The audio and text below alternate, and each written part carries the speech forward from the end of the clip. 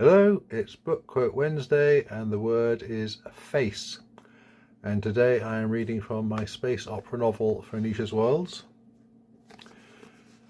La Nueva Temporada, or just Nueva to the people who live there, is Earth's one colony world founded by the starship Phoenicia. Alex and his father call it home. Alex's brother Felipe can't wait to leave on Phoenicia for strange new worlds beyond. Events are about to happen that will change all of that for everyone.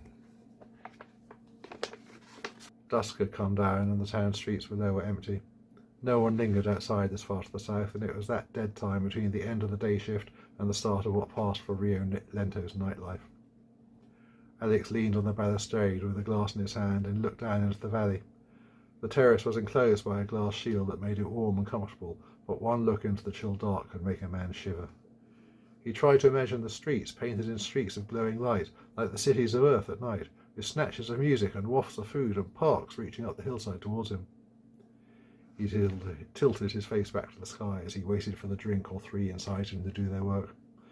It was vintage whiskey, all the way from Earth, a 16th birthday present from his godparents, which he had nurtured for the last 3 years.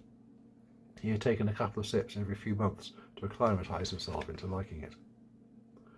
Streams of data pulsed across the sky in headspace, and floating tags identified their start and end points. Other tags would snap into existence if he looked at any of the orbiting points of light for more than a second or two.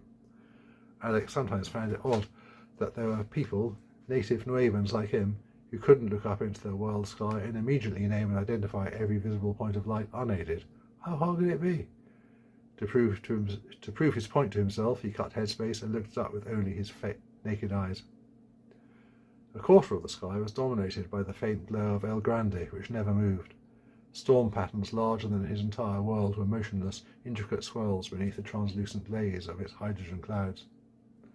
If you looked very closely, you could see two faint stars, one just dropping below the horizon and one just coming above it. Sols 3 and 1, two of the Nueva Temporada's 3 sunlets. Sol 2 would be the other side of the world right now. Regardless of the red twilight hue that came when El Grande was more prominent in the sky than the sun, they were currently set to heat only, to fool the body clocks of the humans living below that it was actually night. On a world that kept one face always towards its parent body, but whose inhabitants were cued by evolution to expect a 24-hour day with regular periods of dark and light, it was the best anyone was going to get. Alex had often tried to imagine what it was like to live in a world that spun so that its sun seemed to move in a regular pattern across its sky, day in, day out. Puerto Alto was a fixed star in the northwest, forever poised above the Altiplano. You could never see the cable by looking directly at it, but if you looked away, then your peripheral vision became aware of the thin hairline of light. It was like the tiniest crack in space, barely healed over. Another star moved now in the corner of Alex's eye, dimmer than Puerto Alto, rising sedately above the horizon. A corner of his mouth crooked when he saw it. It was Phoenicia, the cause of all his woes. He watched the rising star close in on yet another point of light in wave and orbit. Sulong Station, the wormhole terminus, named after Alex's very own Uncle Nathan and Aunt Moretta Sulong, who, as well as being the whiskey's donors, had been the engineers who opened up the link with Earth. This one was further out and orbited much more slowly, though from down here it looked like the stars were going to collide. He raised the glass in salute. "Thanks, Uncle Nathan." Lost in his reverie, he hadn't noticed that Phoenicia had moved well beyond the wormhole and was already about to disappear below the far horizon.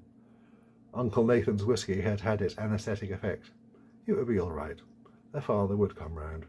This would be a Mateo adventure, and a glorious one too. But he would miss Felipe. God, he would miss Felipe. 70 years! Alex sighed and turned to go back inside, just as a flash of white light swept across the patio. Ah! He looked up again, cautiously, eyes half closed, just in time to see the burning light dwindle into nothing. And while he strained his streaming eyes up at where it had been, suddenly a wash of shimmering light flung itself across the sky like a worldwide aurora. For just a moment the mountains around Rio Lento and the town in the valley were picked out in shades of shifting green and blue, and then they were swallowed up again in the dark, and their bright neon outlines slowly began to dissolve into his retinas.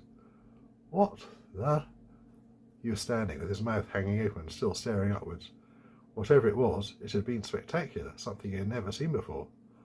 Unfortunately, he was scientist enough to know the implications. Bright burning lights in the sky, an aurora this far from the pole. The Nueva Temporada had just been bathed in a very, very strong burst of radiation. Instinctively, he tried Headspace, the meteorological service, orbital control, anyone. But now there was nothing, not even static. Headspace was dead. Following straight on from the shocked exhilaration of the event, a strong sense of foreboding was settling down on him. Just to be sure, Alex looked up into the sky again, straight where the source of the burning light had been. He knew it well enough that he didn't need to ask Headspace which quadrant he was looking at. His eyes had adjusted back to the dark, and he could pick out the stars again.